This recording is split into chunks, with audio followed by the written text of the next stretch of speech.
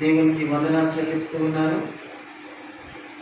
అలసిపోయినటువంటి శరీరాలు, అలసిపోయినటువంటి పరిస్థితి, ఈ రెండో సెషన్ ఆరాధనలో దేవుని వాక్యంను పంచుకోవడానికి దేవుడు నాకు ఇచ్చిన ఈ గొప్ప అవకాశాన్ని బట్టి మనస్ఫూర్తిగా యేసు ప్రభుల వారికి వందనాలు చెల్లిస్తున్నాను, స్తోత్రములు చెల్లిస్తున్నాను. నేటి యొక్క అంశం ఏమై ఉన్నది? ఈ చిన్న ఎగ్జార్టేషన్గా, చిన్న సమరైజ్గా మనం చూసుకున్నాం. చిన్నగా పేతురుకి రాసిన మొదటి పత్రిక 5వ అధ్యాయం 6వ వచనంలో 5-6 వచనం చదవండి. 1 Peter 5th chapter and 6th to 7 verses. దేవుడు తగిన సమయమందు మిమ్మల్ని హెచ్చించినట్లు ఆయన బలిష్టమైన చేతి కింద దీన మనస్కులై ఉండండి. చూడండి ప్రియమైన వాళ్ళారా, దేవుని బిడ్డలకే ఈ వాక్యము తెలియజేస్తూ ఉన్నారు. ఏ రకముగా అనగా, దేవునిదంటూ ఒక టైం ఉంటుంది. నిన్ను ఆశీర్వదించాలంటే దేవునిదంటూ కూడా ఒక టైం ఉంటుందని. దేవుడు తగిన సమయం నందున నిన్ను ఆశీర్వదించాలి అని అంటే, హల్లెలూయా. ఇన్ని రోజుల నుండి ఏదైనా దేవుని దగ్గర నుండి గొప్ప విషయాలను మిమ్మల్ని అడిగినావా, ప్రార్థించినావా? దేవుని దగ్గర నుండి గొప్ప గొప్ప విషయాలను అడగవలెనని ఒక సేవకుడు William Carey expect great things from the Lord and attempt great things for the Lord. అర్థమవుతుందా ప్రియమైన వాళ్ళారా? దేవుని దగ్గర నుండి గొప్ప గొప్ప విషయాలను నువ్వు ఆశించు. ఎందుకు గొప్ప విషయాలను నువ్వు ఆశించాలి, ప్రార్థించాలి? ఎందుకు అనగా, ఆయన సృష్టికర్త అయినటువంటి దేవుడు. హల్లెలూయా. భూమిని, ఆకాశాన్ని, సూర్యచంద్ర నక్షత్రాలను, సముద్రములను, వాటిలో నివసిస్తున్న జీవకోటి రాసులను సృష్టించిన సృష్టికర్త పిల్లలం మనం. హల్లెలూయా. అంత గొప్ప సృష్టికర్త అయినటువంటి దేవుని దగ్గర తండ్రి అని పిలుస్తున్నాం మనమే. దేవా అని పిలుస్తున్నాం. అటువంటి ఆధిక్యత యేసు ప్రభు నీకు ఇచ్చిండు. నువ్వు డైరెక్ట్గా ప్రార్థన ద్వారా ఆయనను అడగాలి. ఈ సంబంధము, ఈ అలవాటు ప్రతి ఒక్క బిడ్డకు ఉండాలా? ఇది దేవుడు నీ నుండి ఆశిస్తుంది. హల్లెలూయా. కాబట్టి సృష్టికర్త అయినటువంటి దేవునికి గొప్ప గొప్ప విషయాలు అడగాలి. ఎప్పటిదాకా అడగాల? ఎన్నో ఉపమానాలు ఉన్నాయి యేసు ప్రభు చెప్పి. వినాలి. తగిన సమయం నందు ఆయన నీకు జవాబు, ఉత్తరము దయచేయము. హల్లెలూయా. తగిన సమయం. అప్పటి వరకు నీకు జవాబు వస్తలేదు అని నీకు అనిపిస్తూ ఉన్నా, నాకు ఎందుకు దేవుడు ఉత్తరము దయచేస్తలేడు, ఎందుకు నా ప్రార్థనలు వింటలేడు అని నీకేమన్నా అనిపిస్తూ ఉన్నట్టయితే, ఇప్పటి వరకు మనకు అనిపిస్తూ ఉన్నట్టయితే, వాక్యం ఏం చెప్తుంది? ఇందాక చదువుకున్న వాక్యం, తగిన సమయమందు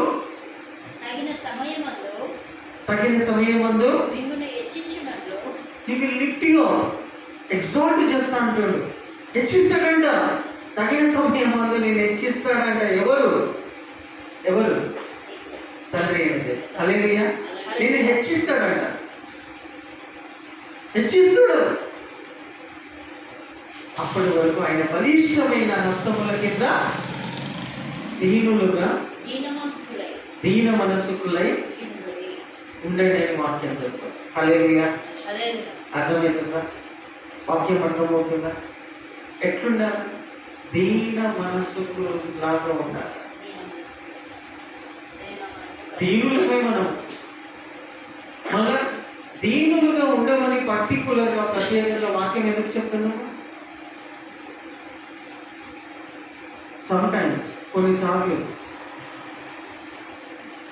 గర్వము కానీ, మన గర్వం, కొన్నిసార్లు అవిశ్వాసము కానీ, లేకపోతే ఓవర్ కాన్ఫిడెన్స్ కానీ, ఇంకేంటియో ఉండవచ్చు నీ లోపల. ఇవి నీ ప్రార్థనలకు జవాబు రాకుండా ఆపుతున్నాయేమో. కాబట్టి ప్రత్యేకంగా వాక్యం ఏం సూచిస్తుంది? దీనులుగా అయిపోండి. మీరు దీనులుగా ఉండాలి. దేవుణ్ణి అడిగేటప్పుడు దీన మనస్సుతో అడగాలి. నేను పొద్దుగల వాక్యం చెప్పినట్టుగా ఒక స్త్రీ యేసు ప్రభు కోపమని చెప్తాడు. యేసు ప్రభు దగ్గరికి వచ్చి ఆమె అడుగుతుంది, ప్రభువా నాకు సహాయం చేయి, నన్ను ఆశీర్వదించు, నేను ఈ కొదువలలో ఉన్నాను, ఈ బాధలో ఉన్నాను, ఈ అప్పులలో ఉన్నాను, ఈ అర్థం కాని పరిస్థితిలో ఉన్నాను, నాకు సహాయం చేయి ప్రభువా అని అడిగినప్పుడు యేసు ప్రభు ఆమెతో చెప్తాడు. ఏమని చెప్తాడమ్మా? ఆ వాక్యం చదువుతారా ఒకసారి?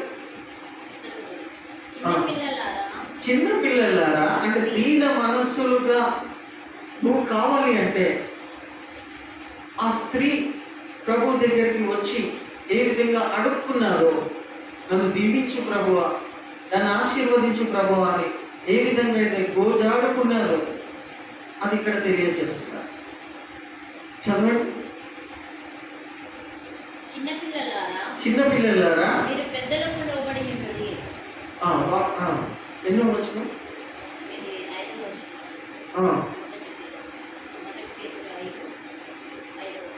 ఆ స్త్రీ వచ్చి అడుగుతా ఉంటుంది. చూడండి, మార్నింగ్ మనం చదువుకున్నాం. ఒకసారి త్వరగా తీయండి, చదివింది.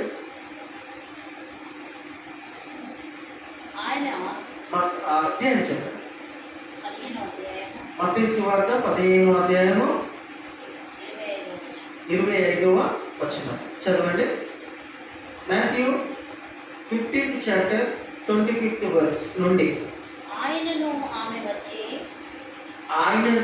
ఆమె వచ్చి ఆయనకు మొక్కి,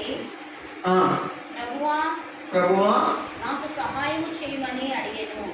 ఒక స్త్రీ ప్రభువు దగ్గరికి వచ్చి ఆయనను మొక్కి నమస్కారము చేసి ఏమంటూ ఉన్నది? ప్రభువా నాకు సహాయం చేయము అని అడిగింది. సహాయం చేయమని అడిగింది. అందుకు యేసు ప్రభు పిల్లల రొట్టె తీసుకొని కుక్క పిల్లలకు వేయుట యుక్తము కాదని చెప్పగా, చూసారా ఏమంటున్నది ఇక్కడ? ప్రభువా నాకు సహాయం చేయమని ఆ స్త్రీ వచ్చి గోజాడుతూ ఉన్నది, మొక్కి. ప్రభు ఏమంటున్నాడు? పిల్లలకి ఇవ్వాల్సినటువంటి రొట్టెలు, పిల్లలకి ఇవ్వాల్సినటువంటి రొట్టెలు కుక్కలకు పెట్టడము, కుక్క పిల్లలకు వేయుట సరైనది కాదు. సరైనది కాదు. పిల్లలకు పెట్టాల్సిన రొట్టె ముక్కలు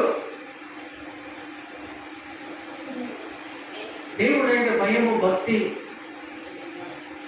లేనటువంటి వారికి ఇవ్వడము కరెక్ట్ కాదంటున్నాడు యేసు ప్రభు.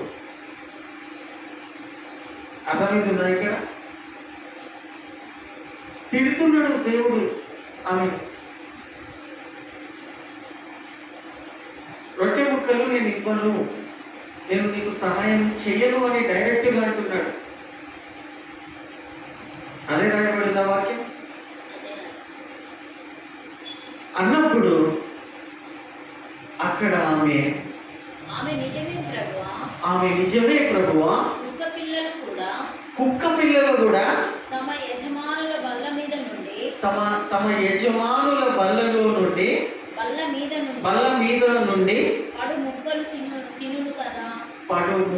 తినును కదా అని చెప్పింది. ఏమంటున్నావు? నేను నిన్ను ఆశీర్వదించను, నీకు రొట్టె ముక్కలు ఇవ్వను, పో అని గర్దిస్తున్నాడు దేవుడు. యేసు ప్రభు అని నన్ను ఆశీర్వదించుకొని నీ దగ్గరికి వచ్చి నీ కాళ్ళు మొక్కి నీకు నమస్కారం చేసి నాకు సహాయం చేయమంటే నేను నిన్ను ఆశీర్వదించనంటున్నావు, పైగా తిడుతున్నావు అని తాను అనుకొని నన్ను ఆశీర్వదించు ప్రభువా అని నేను అడిగితే నువ్వు నన్ను తిడుతున్నావు ఏంటిది, నన్ను కోపం చేస్తున్నావు ఏంటి, గద్దిస్తున్నావు ఏంటని తిరిగి వెళ్ళిపోలేమే. ఏం చేసేది? నిజమే ప్రభువా. ఉదాహరణకి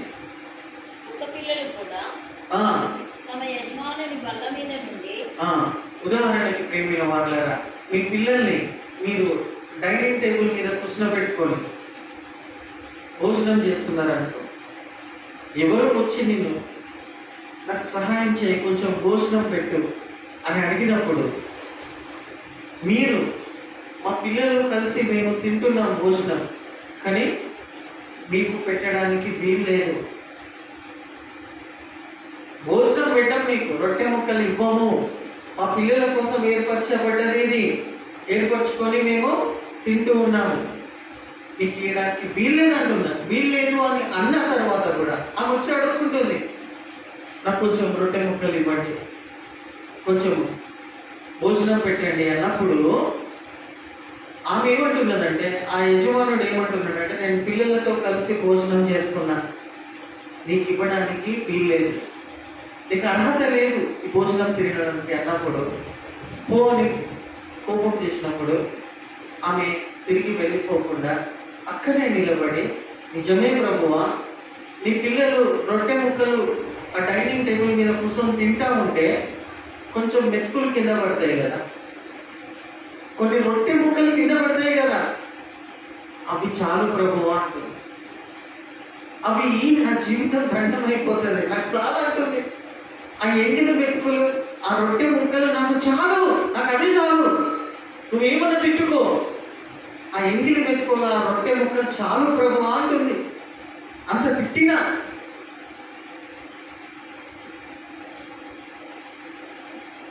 హల్లెలూయా. ఎవరైనా అంటారా అట్లా?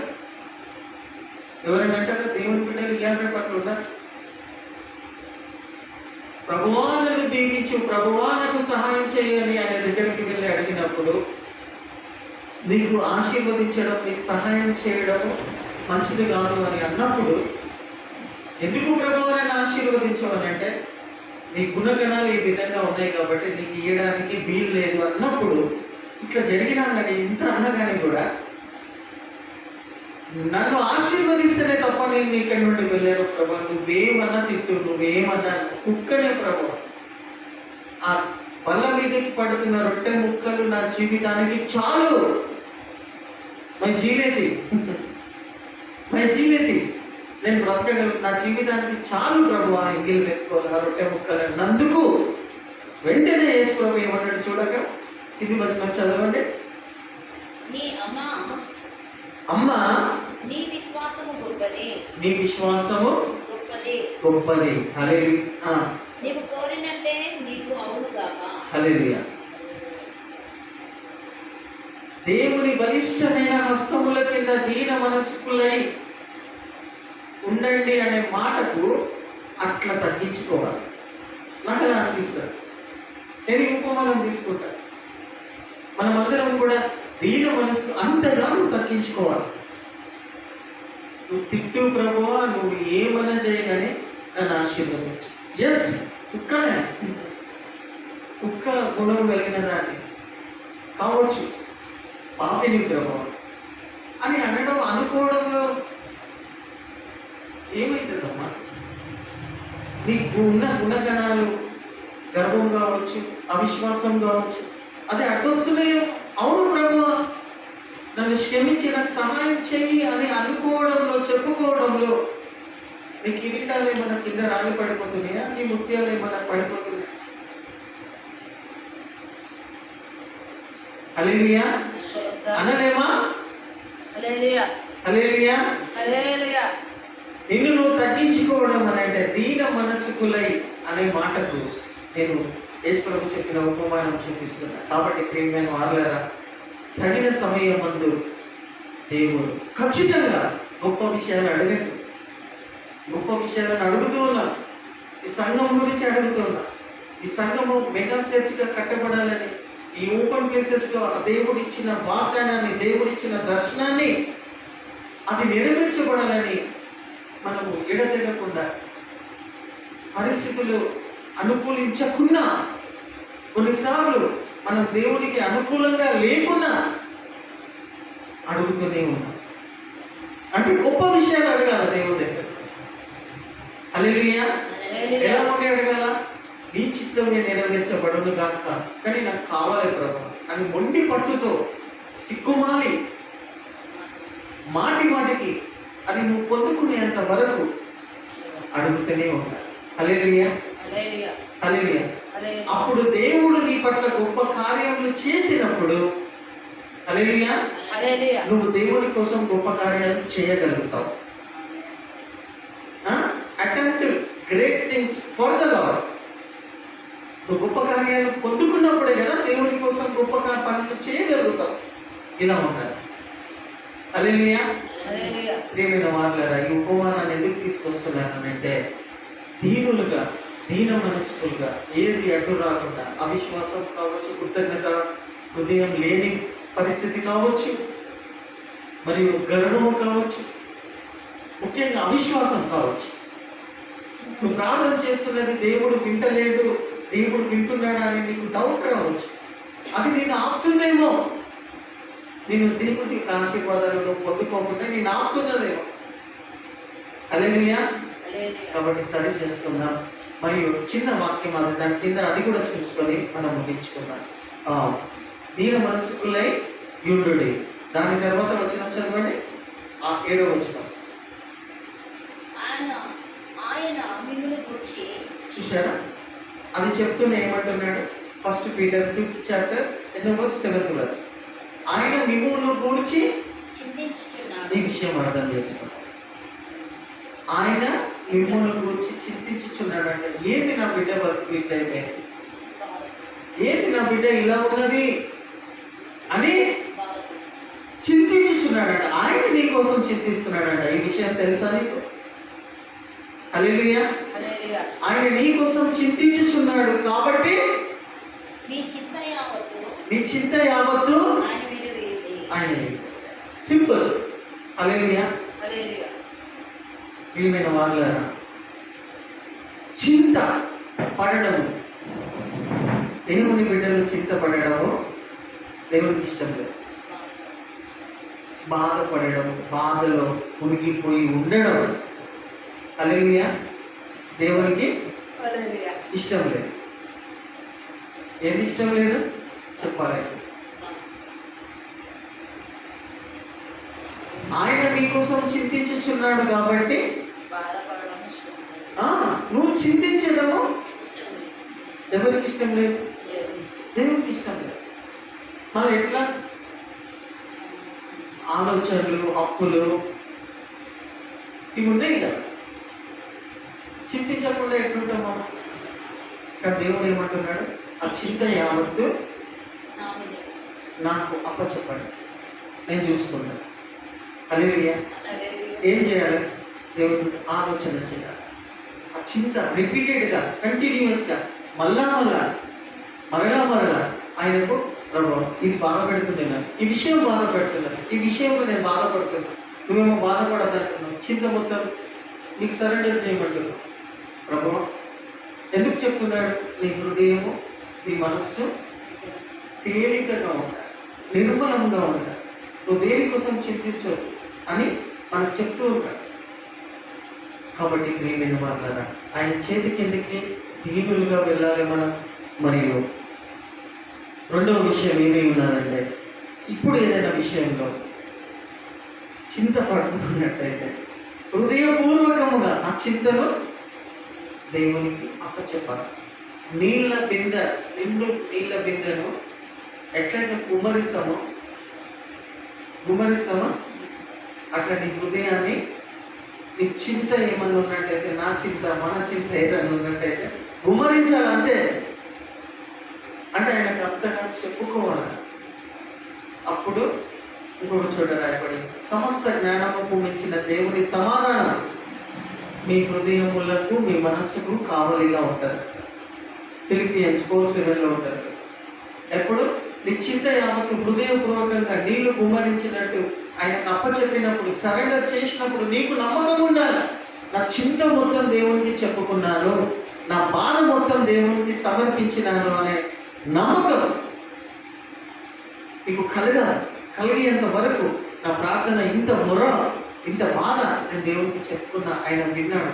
తగిన సమయం ముందు హల్లెలూయా ఆయన నేను హెచ్చించు. ఆయన సమయం వరకు నువ్వు గోజాడుతూనే ఉండాలా. నీ చింత మొత్తం, మన చింతలన్నీ కూడా ఆయనకు అప్పచెప్తూనే ఉండాలి. హల్లెలూయా. ఆయన గొప్ప కార్యముల కోసం విశ్వాసముతో నువ్వు చేస్తూ ఉంటావు. నేను ఎదురు చూస్తున్నాను ప్రభా, నేను పడిపోవద్దు, నేను అవిశ్వాసం వెనక తిరిగి వెళ్ళిపోవద్దు ప్రభా. నేను ఇప్పటి వరకు ఏవైతే అడుగుకుంటా, ప్రార్థించుకుంటా, ఆశించుకుంటూ వచ్చినానో నీ సమయం వరకు నేను ఎదురు చూస్తున్నాను ప్రభా. ఇది నా చింత ప్రభా, నీకు హ్యాండ్ ఓవర్ చేస్తున్నా అని మన పూర్వకంగా నువ్వు ఆయనకు చెప్పినప్పుడు నీ మనస్సుకు నెమ్మది కలుగుతుంది. ఎక్కడ నుండి దొరకలేనటువంటి దేవుడిచ్చి సమాధానం నీ మనసుకు కావలిగా ఉంటుంది. ఎక్కడికి వచ్చింది సమాధానం?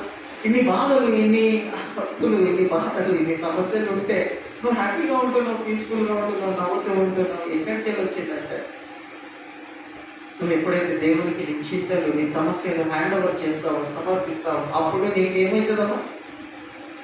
దేవుని సమాధానం నీ మనస్సును, హృదయాన్ని ఏలుతుంది, నిలుస్తుంది.